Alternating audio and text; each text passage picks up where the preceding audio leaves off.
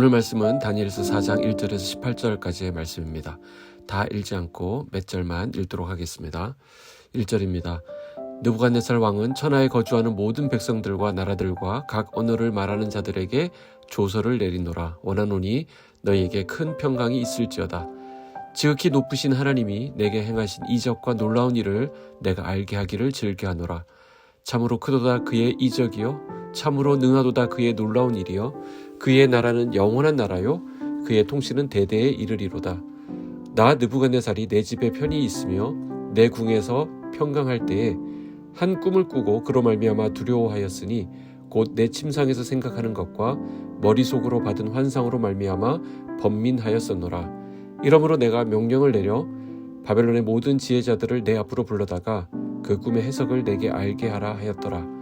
그때 박수와 술객과 갈대아 술사와 점쟁이가 들어왔으므로 내가 그 꿈을 그들에게 말하였으나 그들이 그 해석을 내게 알려주지 못하였느니라.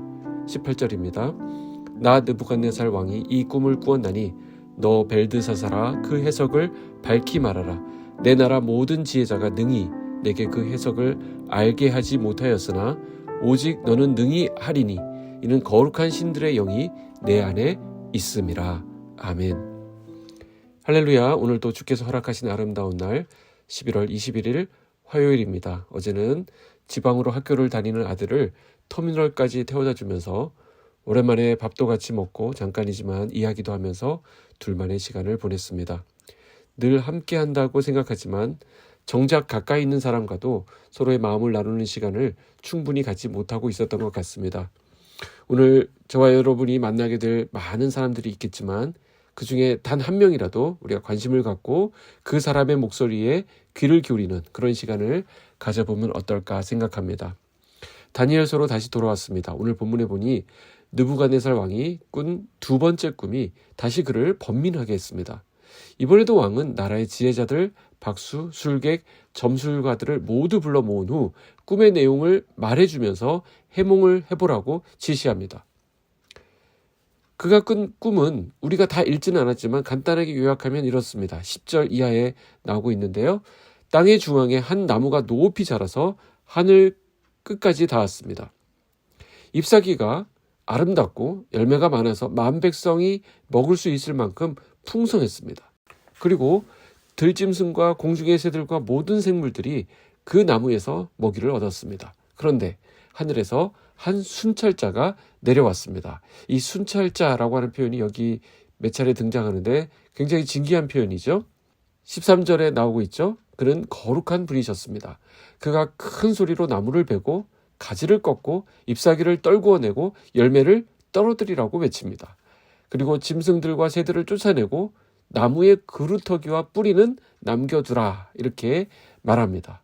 자, 그렇게 하는 이유가 17절에 나오는데요. 17절에 보시면 이는 순찰자들의 명령대로요 거룩한 자들의 말대로이니 지극히 높으신 이가 사람의 나라를 다스리시며 자기의 뜻대로 그것을 누구에게든지 주시며 또 지극히 천한 자를 그 위에 세우시는 줄을 사람들이 알게 하려 함이라 하였느니라. 자, 이 순찰자가 누구인지 느부갓네살 왕은 정확하게 알지 못했습니다. 그렇지만 최고 권력자인 자기 위에 또 누가 계신다라는 사실을 깨닫게 됩니다. 순찰자가 전하는 메시지는 분명합니다. 세 가지인데요. 첫째, 높고 높으신 분이 인간 세상을 다스리신다라는 사실입니다. 둘째, 누구든지 그분이 원하는 사람에게 그 나라를 주신다라는 사실입니다. 그리고 셋째, 가장 천한 사람을 그 지위에 앉히신다는 것을 세상에 알게 하기 위함이다 라고 선포하고 있습니다. 자, 그런데 보십시오. 바벨론 지혜자들 가운데 그 꿈의 내용을 해몽하는 사람이 한 사람도 없었습니다. 그래서 이번에도 어떻게 합니까? 그 왕은 다니엘에게 꿈을 해몽하라고 명령을 내립니다. 그에게는 거룩한 신들의 영이 깃들어 있기 때문에 충분히 해몽할 수 있으리라고 말하고 있습니다. 인정을 하고 있는 것이죠. 자, 꿈의 내용을 들은 다니엘은 그 꿈이 무엇을 의미하는지를 깨닫게 되고 잠시 동안 당황하여서 말하지 못합니다. 왜 그랬을까요? 이 꿈의 내용은 느부갓네살 왕의 앞날에 관한 것이었기 때문입니다. 그러니까 좋지 않은 내용이라는 것이죠. 그가 몇 년 동안 왕의 자리에서 쫓겨나서 고통스러운 시간을 보낼 것을 암시하는 꿈이었기 때문입니다. 그래서 다니엘은 놀라서 당황했던 것입니다.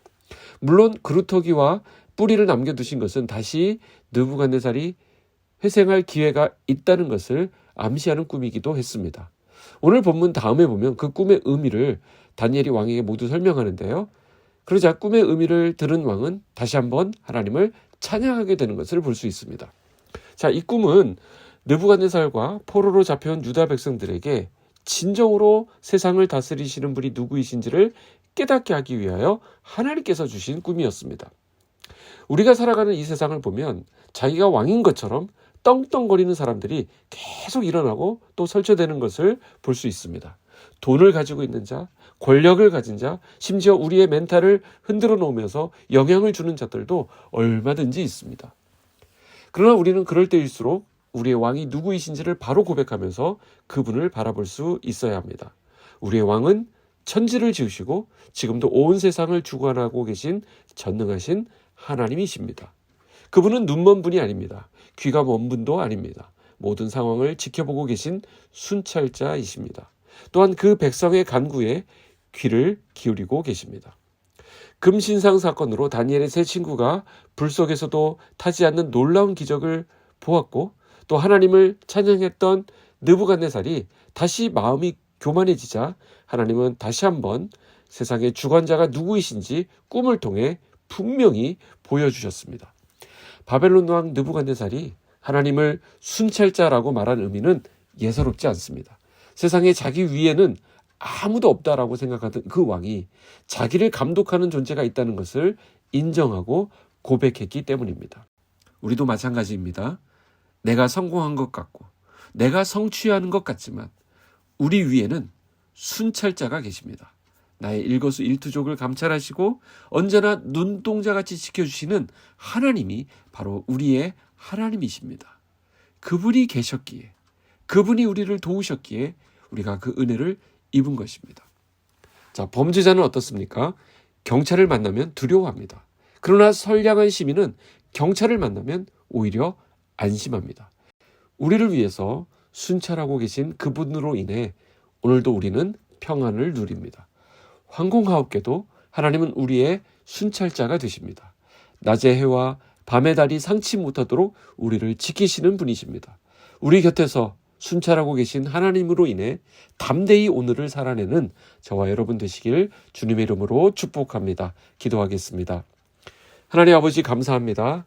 우리의 앉고 일어섬을 아시고 우리의 모든 것을 살피시는 하나님을 찬양합니다. 우리가 지금까지 누려왔던 모든 것들이 하나님의 은혜였습니다. 우리가 지나왔던 모든 시간이 당연한 것이 아니라 하나님의 은혜였습니다. 오늘을 안전하게 지날 수 있는 것도 하나님의 은혜여야만 함을 고백합니다. 우리의 순찰자 되신 하나님을 의식하며 우리에게 맡겨주신 일들을 넉넉히 감당케 하여 주시옵소서. 선한 말들이 내 입에서 나가게 하시고 우리가 선한 일에 몰두하게 하여 주시옵소서. 빛소금 성도들의 가정과 일터와 건강과 관계들을 두루두루 살피시고 순찰하시사 하나님의 은혜의 날개로 보호받는 이 한날 되도록 인도하여 주시옵소서. 예수님의 이름으로 기도하옵나이다. 아멘.